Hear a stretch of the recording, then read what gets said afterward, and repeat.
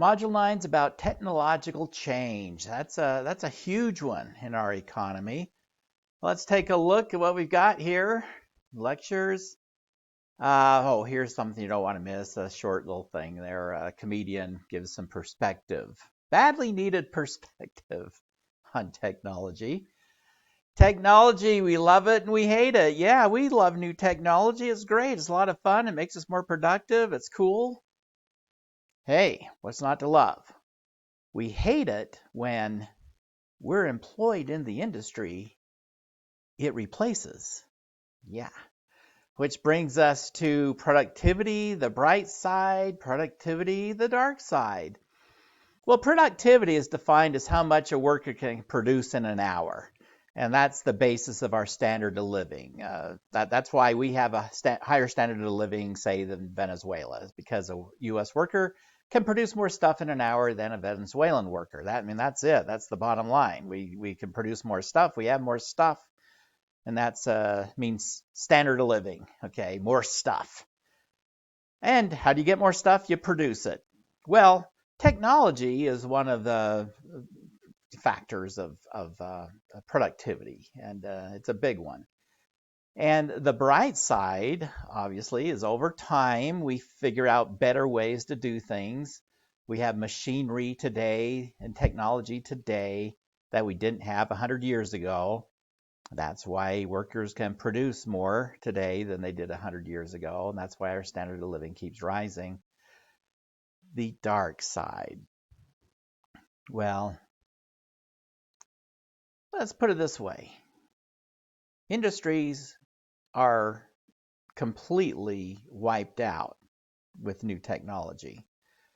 Going back to the 1800s, 150 or 200 or something like that, Pony Express riders were put out of business completely. They lost their jobs when the telegraph came along. Now, the telegraph, a much better way to do it than riding ponies, changing ponies. So, but here's the thing. The new jobs created by technology are better and higher paying than the jobs it replaced. Now, the downside of that is that the new jobs, going up here to the bright side, they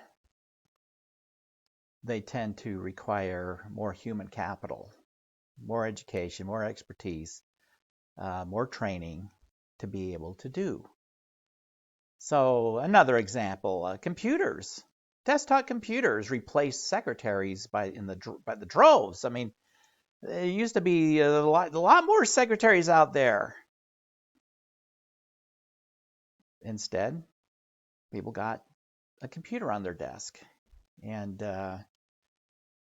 so the secretarial jobs were diminished, but then the new jobs, computer repair, computer programming, but those jobs required more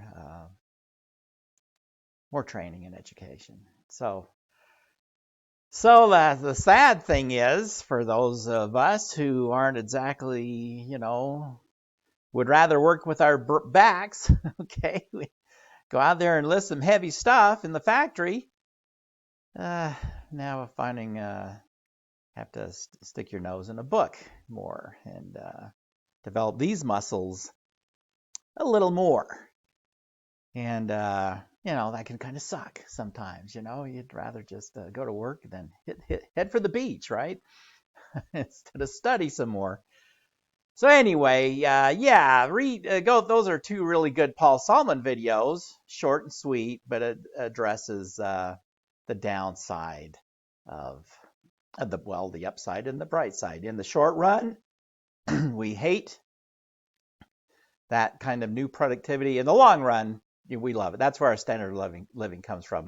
But in that short-term adjustment period, it can be very painful as some industries are put out of business.